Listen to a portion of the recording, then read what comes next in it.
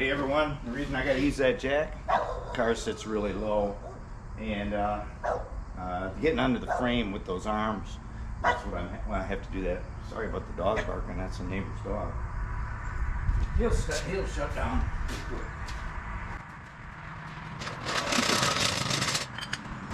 And just so you're wondering what I'm doing, I've got to drain a little bit of tranny fluid out. It's a little overfull, and not good, but it doesn't hurt it doesn't kill anything, but we don't want to have it above the line, so that's what I'm doing.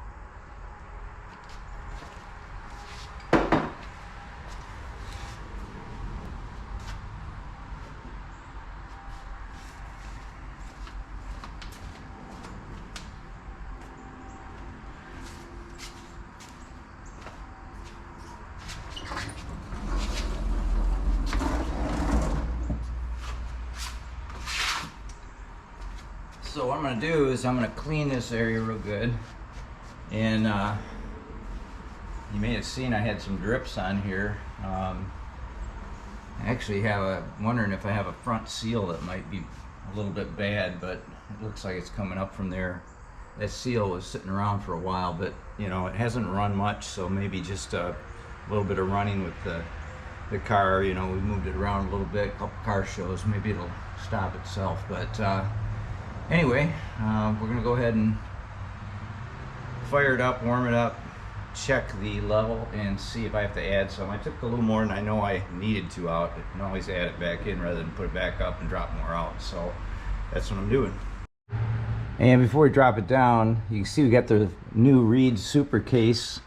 It's got the roller bearing tail shaft and all that, so good stuff. That's the trans brake right there, solenoid.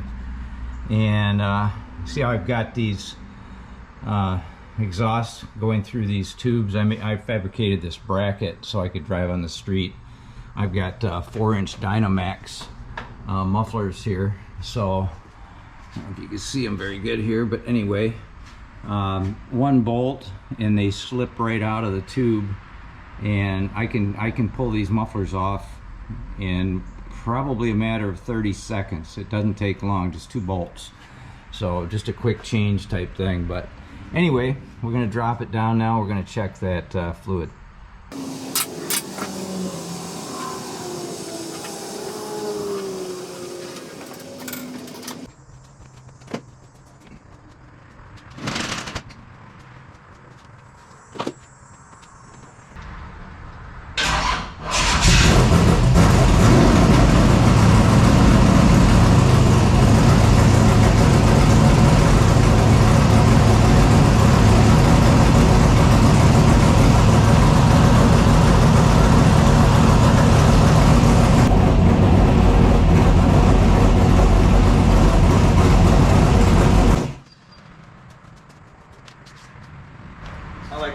Check these arms under here. When you drop the car down, it kind of rocks a little bit. Sometimes it can come off location. I hook it, or I put the pads underneath my 4-link lower adjustment brackets. So just want to make sure I'm safe.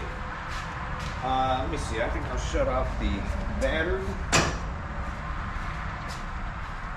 By the way, I did check the fluid, and it's right where it needs to be.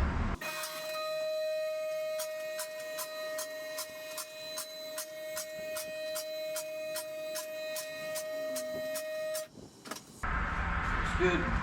I tell you what, in the old days, I used to crawl under my car all the time and work on them. Once you have a lift, you'll hate crawling under cars. You always did hate, right? But you'll really hate that. Pretty surprised. I had here's the deal. Normally I put in the same amount of fluid I thought. I had to change my converter. Some of you may know that on my videos that I've done before. change it from an 8-inch to a 9-inch. You'd think a 9-inch would take more. So I put the same amount in, but it overfilled it. So I don't understand that. That doesn't make sense to me, but I have to think about that one. Maybe call, well, I've got to call Cone anyway. I've got an 8-inch that I want to, this one right here. Oh, let's see.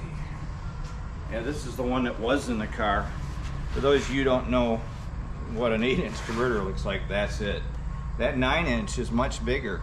So you know it would have to take more fluid, right? But anyway, I'm going to go ahead and get a hold of them.